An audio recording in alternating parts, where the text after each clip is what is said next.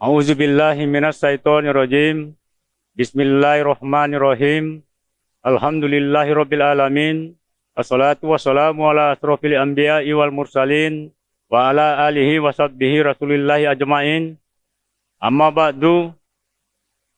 Billahi anta maksudi warido kamat lubi. Yang mulia dan dimuliakan Allah, kaum muslimin dan muslimat dimanapun berada.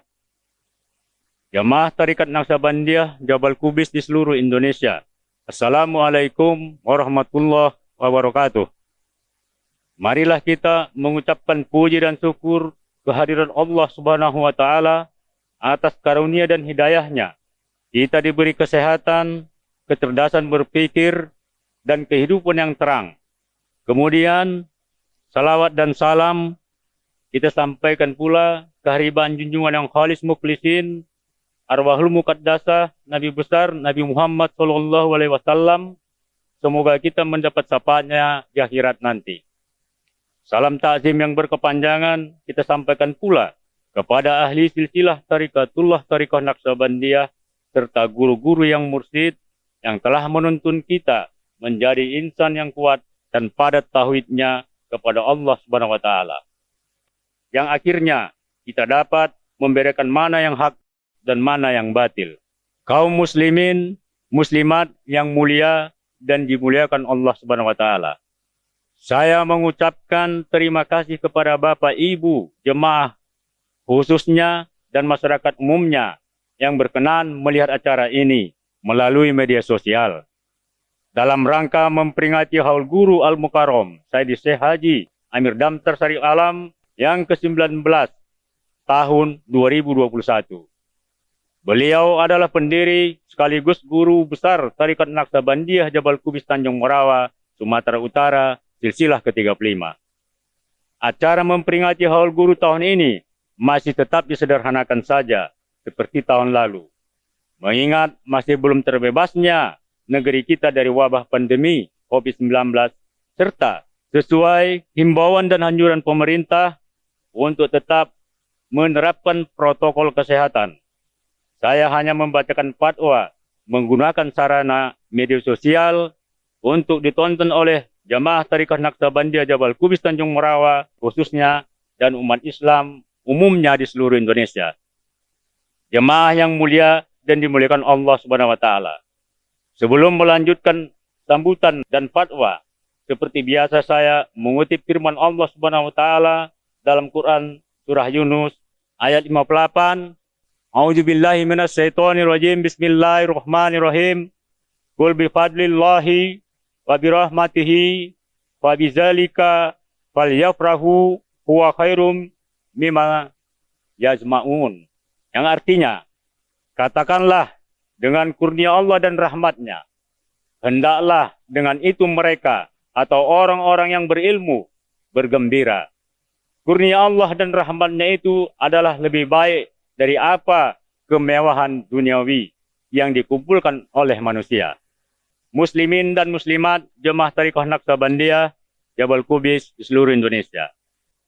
Sekarang ini adalah zaman serba berteknologi, khususnya teknologi digital. Siapa yang tidak mengikuti kemajuan teknologi, maka dia akan tertinggal. Tidak bisa maksimal untuk mengeksplor potensi yang ada pada dirinya.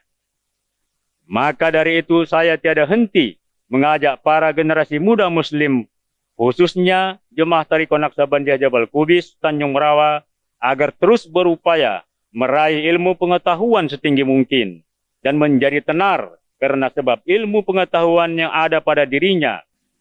Bahwa kekayaan itu penting, artinya setiap individu muslim itu mempunyai dana yang cukup untuk menggapai cita-cita di dunia dan akhirat.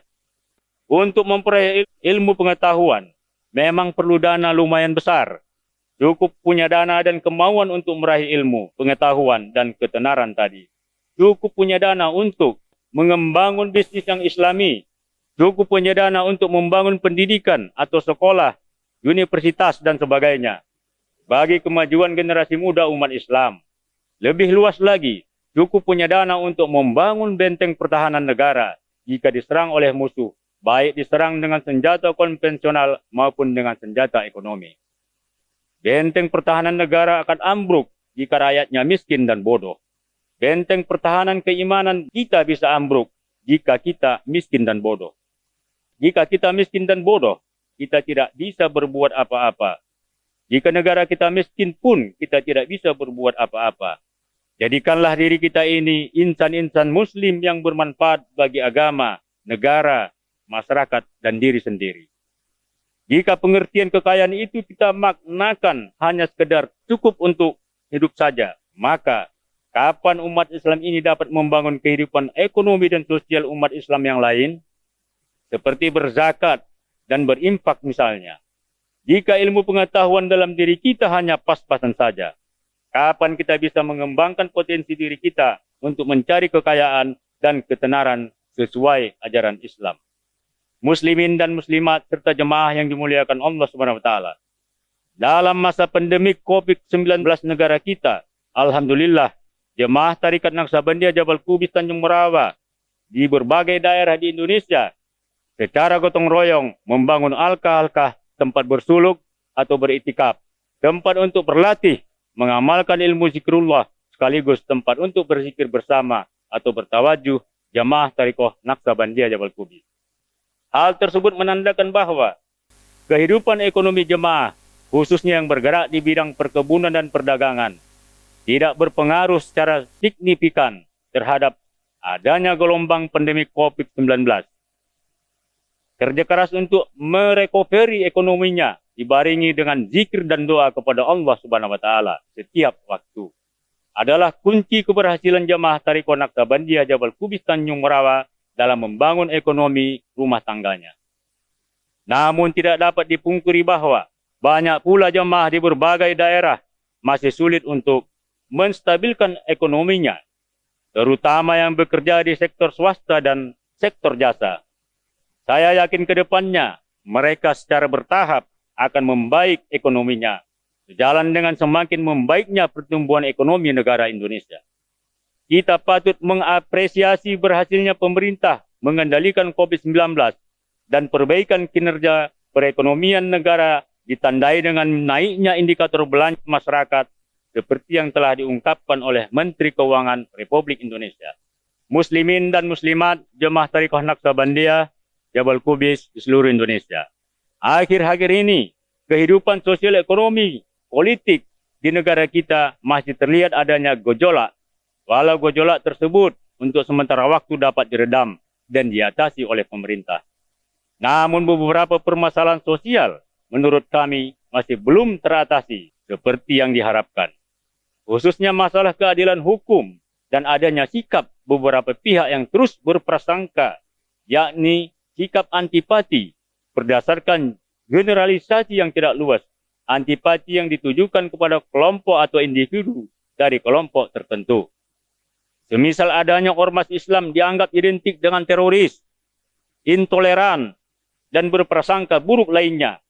Kesemuanya itu masih diibaratkan api dalam sekam, yang bila tidak ditangani dengan adil dan bijaksana, berpotensi terjadinya gejolak besar di negara kita. Bias dari gejolak tersebut sudah sebarang tentu dapat melebar ke berbagai sendi kehidupan rakyat. Saya menyesalkan terjadinya sikap-sikap yang demikian.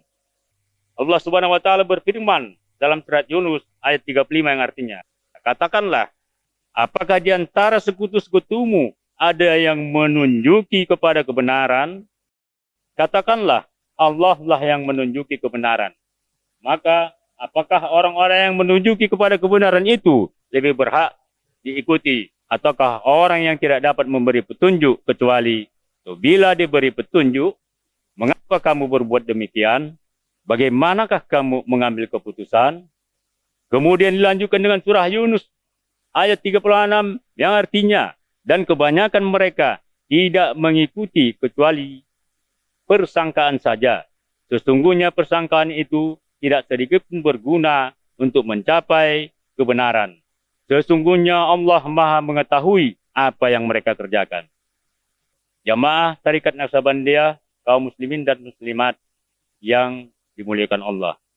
Di sisi lain, adanya kepentingan kelompok umat Islam tertentu yang dilatar belakangi oleh ambisi, kekuasaan, dan perbedaan paham ikut tumbuh dan berkembang dan berpotensi timbulkan friksi internal di masyarakat muslim. Ada kelompok Islam tertentu terus-menerus bahkan sudah puluhan tahun menebarkan perkataan-perkataan seperti bid'ah, ajaran sesat, dan sebagainya terhadap ajaran kelompok Islam lainnya, seolah-olah ajaran kelompok mereka lah yang paling benar dalam menjalankan sunnah Rasulullah. Hendaklah kamu jangan demikian. Jauhilah berprasangka jika kamu mengerti. Kamu mengetahui dalil, tapi belum tentu kamu mengetahui hukum. Sebab dalil itu bukanlah hukum. Dia merupakan alat untuk mengetahui apa hukumnya untuk suatu perbuatan. Misalnya, wajib, sunat, halal, haram, makruh, dan mubah. Kamu memiliki satu dalil, belum tentu kamu memiliki satu kebenaran. Bisa jadi dua kebenaran atau dua kesimpulan yang berbeda, namun sama-sama benar. Karena hanya beda dari segi furu atau cabang, bukan dari segi usul atau pokok, menurut hukum syariat. Bekerja keraslah dan tingkatkan semaksimal mungkin potensi yang ada pada diri kamu dan kelompok kamu, sehingga berperan untuk kemajuan dan kemakmuran negeri ini, khususnya umat Islam. Perbaiki diri dan keluarga kamu terlebih dahulu, hingga dapat mensejahterakan diri dan keluarga kamu. Siapapun kamu, apapun jabatan kamu, setinggi apapun ilmu kamu, dan sekaya apapun kamu. Kaum muslimin dan muslimat, jemaah Tariqah Naqsabandiyah, Jabal Kubis yang dirahmati Allah.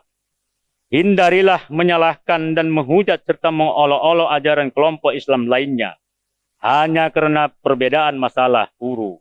Bisa jadi ajaran kelompok Islam yang kamu hujat dan kamu salahkan itu justru benar menurut Allah Subhanahu wa Ta'ala.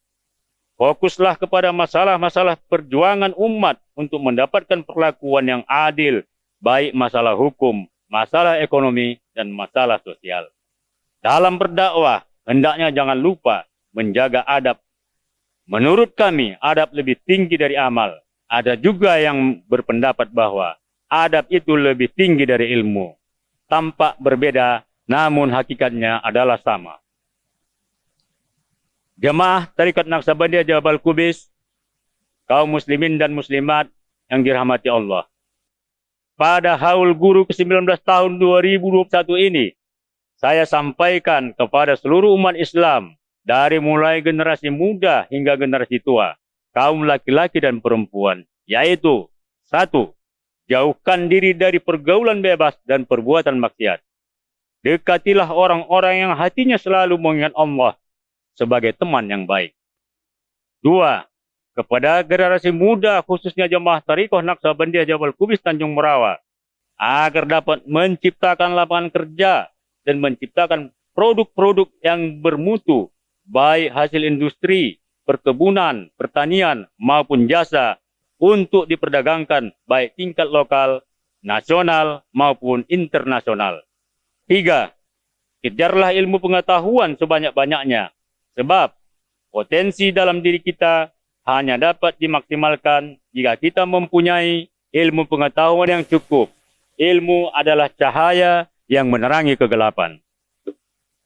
Menyuluh sepanjang jalan yang kita lalui, petunjuk untuk kita melangkah ke jalan menuju cita-cita yang diridhoi Allah Subhanahu wa Ta'ala. 4. Sudah tidak masanya lagi umat Islam di negeri ini saling hujat, saling menyalahkan, dan saling merasa paling benar dalam melaksanakan ajaran Islam, apalagi hanya karena berbeda dalam masalah furu. 5. Kami sangat berharap agar penegak hukum dapat bekerja, bertindak dengan benar dan adil, menghukum seberat-beratnya para koruptor uang negara. 6. Budayakanlah zikir dalam hati kamu, wahai kaum muslimin dan muslimat, siapapun kamu, apapun jabatan kamu, agar hatimu tentram. Hati yang tentram akan membawa kamu kepada kebenaran al-haq, kebenaran abadi yang datangnya dari Allah Subhanahu wa Ta'ala. Akhirnya, sambutan dan fatwa ini saya akhiri dengan pesan bahwa apabila kamu ingin dibukakan pintu ilmu dan kepahaman dalam akal dan ma'rifah dalam hati, mengenal sifat khauf atau rasa takut hati kepada kebesaran Allah Subhanahu wa taala, maka saksikanlah, telitilah serta renungkan ketaatan kamu terhadapnya. Dan apabila kamu ingin dibukakan pintu ilmu dan kepahaman dalam akal dan ma'rifah, dalam hati mengenal sifat al-roja atau penuh rasa harap dan ketergantungan hati kepada rahmat Allah yang sempurna, maka saksikanlah apa-apa saja rahmatnya yang telah dikaruniakan kepada kamu. Wabillahi taufiq wal hidayah. Assalamualaikum warahmatullahi wabarakatuh.